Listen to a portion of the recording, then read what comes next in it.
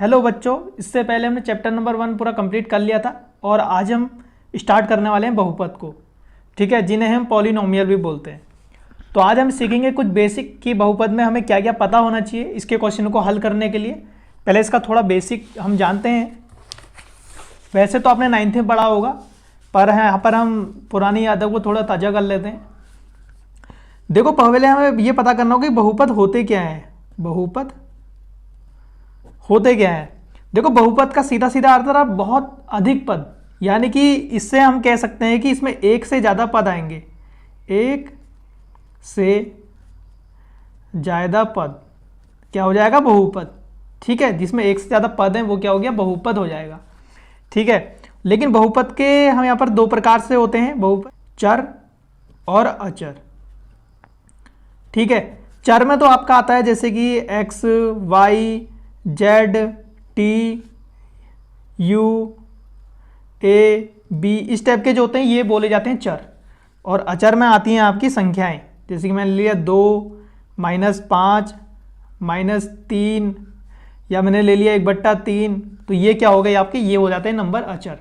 ठीक है, ये हो जाते हैं आपके चर और ये हो जाते हैं अचर। आपको इतना ध्यान रखना है। और अब आते हैं बीजी व्यंजक। अब बीजी व्यंजक के बारे में थोड़ा सा जान लेते हैं कि बीजी व्यंजक क्या है। बीजी व्यंजक आप भी ऐसे ही नोट्स बना लेना इसके, इससे आपको काफ़ी सुविधा मिलेगी। देखो, बीजी व्यंजक क्या होते हैं? कुछ निश्चित ऐसे चर और अचर, कुछ निश्चित चर वो अचर राशियां जिनका भाग, अंतर, गुणन, योग आदि के संयोग से जो चीज़ बनती है उसको क्या कहते हैं? उसको बीजी व्यंजक कहते हैं। तो यहाँ पर लिख लेंगे। देखिए, बीजी व्यंजक को हमें जानना इसलिए है क्योंकि हमें बहुपद करने हैं। बहुपद को करने के लिए हमें बीजी व्यंजक को जानना होगा। देखो, बीजी व्यंजक होता क्या है? कुछ निश्चित चर वो अचर राशियां, यानी कि जो चर और अचर राशियां हैं, इनका योग या फिर इनका भाग या इनका अंतर या इनका गुणन आदि के संयोग से जो पद बनेंगे ना, उसको ही हम बीजी व्यंजक बोलते हैं।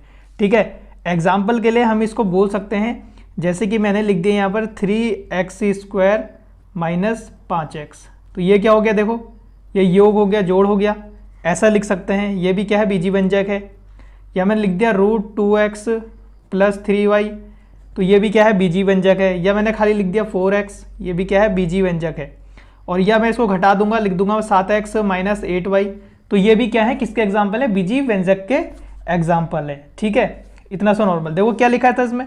अभाग, अंतर, गुणन आदि, योग है, गुणन है, अंतर है, तो ये क्या सब क्या है? बीजी व्यंजक हैं। ठीक है, देखो अब बहुपद को हम कैसे पहचानेंगे कि ये बहुपद है कि नहीं है? इसको जानने के लिए हमें पहले लिखना पड़ेगी है बहुपद होते क्या हैं। देखो, आपको कैसे पता लगेगा कि ये बहुपद है या नहीं है? तो मैं आपको जो लिखा रहा हूं पहले मैं लिख लेता हूं, फिर मैं आपको समझाता हूं। देखो बच्चों, आप कैसे समझोगे कि ये बहुपद है या नहीं है? देखो, इसमें साफ साफ मैं आपको समझाऊंगा, आप समझना इसको पहले। देखो, बहुपद पहले होते क्या है? ऐसे बीजी व्यंजक को बहुपद कहते हैं जो इन 3 नियमों का पालन करेगा। ये जो 3 नियम मैंने यहाँ पर लिखे हैं, इनका पालन करेगा वो बहुपद होगा। देखो, पहले क्या है? चर। चर मतलब जो x, y, z था। चर की राशि का घातांक एक धनात्मक पूर्णांक होना चाहिए, यानी कि जो चर राशि है ना, उसका जो घात होने चाहिए वो होने चाहिए प्लस में। मतलब अगर माइनस में होगी तो वो क्या होगा? बहुपद नहीं होगा। ठीक है, और दूसरा जो इसने फॉलो करना चाहिए वो है पदों की संख्या निश्चित हो, यानी पदों की संख्या निश्चित हो, 50 हो, 100 हो, 200 होना चाहिए। और तीसरा है प्रत्येक पद में चर राशि का गुणांक एक वास्तविक संख्या होनी चाहिए। वास्तविक संख्या होनी चाहिए। इससे पहले चैप्टर हमने पढ़ा था वो वास्तविक संख्या ही का था। देखो, वास्तविक संख्याओं का होना चाहिए। ठीक है, और एक होती है काल्पनिक संख्याएं। काल्पनिक संख्याओं का अभी हमारे इस क्लास में रोल नहीं है, इसका 11th में रोल होगा। जैसे कि मान ले यहाँ पर दे दिया -2, तो ये क्या है? काल्पनिक संख्या है। अभी इसका रोल हमारे इसमें नहीं है, तो हम इसमें नहीं जाएंगे। अभी हमें यही चीज़ें ध्यान रखनी है। तो मैं इसके आपको कुछ एग्जाम्पल अभी दिखाता हूँ कि अभी आपको ये समझ में नहीं आया होगा, तो एग्जाम्पल से अभी इसको आपको अच्छे से समझ में आ जाएगा। देखो, इसके एग्जाम्पल जैसे कि मान लो मैंने दे दिया x की घात 3 + 3x + 2। ठीक है, और एक दे दिया मैंने x² - 1/x², ये दे दिया। अब ये मैंने इसका एग्जाम्पल दे दिया। अब आप कैसे समझोगे कि ये बहुपद है कि नहीं है? अब मैं आपसे पूछूं इनमें से बहुपद कौन है, बताओ। तो देखो, पहले इसने कहा इसकी घात जो होगी वो धनात्मक में होनी चाहिए। देखो, इसकी घात x की घात कितनी है? धनात्मक में है, यानी धन में है। देखो, माइनस में नहीं है ना, तो पहला जो है पहले नियम का ये पालन कर रहा है, घातांक एक धनात्मक पूर्णांक है, पहला इसने नियम का पालन किया। फिर पदों की संख्या निश्चित होनी चाहिए। देखो 1 3 2 आ रहा है, तो पदों की संख्या क्या है इसमें, निश्चित है, तो इसका मतलब ये दूसरा भी नियम को पालन कर रहा है। और तीसरा हमारा है प्रत्येक पद में चर राशि का गुणांक एक वास्तविक संख्या होनी चाहिए। प्रत्येक पद में चर राशि का गुणांक जो है, जो चर राशि के संग गुणांक है वो क्या होनी चाहिए, वास्तविक संख्या। देखो वास्तविक संख्या तो है, ठीक है, इसके आगे 1 है, इसके आगे 3 है, तो ये क्या है, ये वास्तविक संख्या है। तो ये तीन ही नियमों का पालन कर रहा है, इसका मतलब ये क्या है, बहुपद होगा। ठीक है, अब देखो ये एक्स स्क्वायर माइनस 1/x², अब कैसे समझेंगे कि ये बहुपद है कि नहीं है। देखो ये कैसे बहुपद नहीं होगा, अगर मैं x को ऊपर ले जाऊं तो x की घात हो जाएगी -2, और -2 हो जाएगी तो हमने क्या कहा, इसमें धनात्मक आना चाहिए। अगर माइनस आ गया, ऋणात्मक आ गया, तो ये बहुपद नहीं होगा, यानी कि ये बहुपद नहीं है। ठीक है, अगर x की घात आपकी ऐसी भी आती है 3/2 आती है, या x की घात -1 ऐसी कुछ आती है, तो ये बहुपद नहीं होगा। आपको इतना ध्यान रखना है। ठीक है, इसका आप अच्छे से नोट्स बना लेना। अब जानेंगे, देखिए शून्य बहुपद क्या होते हैं। शून्य बहुपद ये 1 नंबर में आ सकता है क्वेश्चन, ये 1 नंबर के लिए इंपॉर्टेंट है कि शून्य बहुपद क्या होते हैं। इसको कैसे समझेंगे हम, यदि चर की घात शून्य है, यदि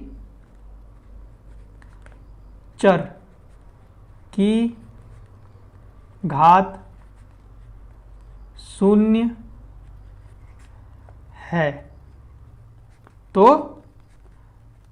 शून्य बहुपद होगा, शून्य बहुपद होगा।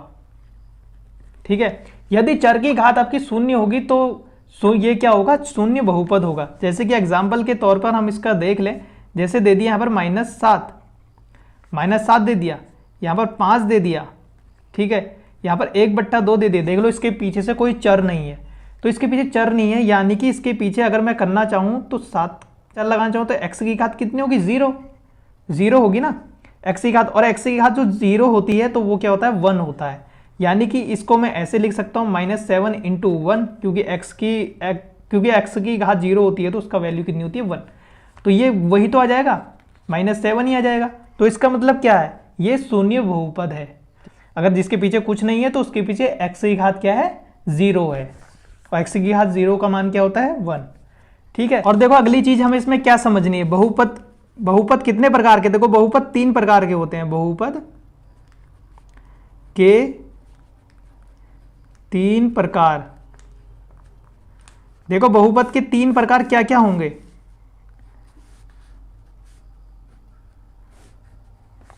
देखो पहले होता है एक पदी बहुपद, इसके नाम से ही पता लग रहा है क्या ही है। फिर आता है द्विपदी पर बहुपद, द्विपदी। फिर आता है त्रिपदी। देखो एक पदी में क्या होगा, एक ही पद होगा, जैसे x² हो गया, x हो। देखो द्विपदी में जैसे नाम से पता लग रहा है क्या हो जाएगा, 2 पद हो जाएंगे, जैसे x² + x लिख दिया मैंने, या मैंने लिख दिया 3x² - 5x। तो ये इसमें क्या है, 2 पद है तो द्विपदी हो गया। और त्रिपद में क्या होगा, 3 पद हो जाएंगे, x की घात 3 + x + 7। देखो 3 पद है ना, तो ये क्या हो गया, त्रिपदी हो गया। कितना आसान है।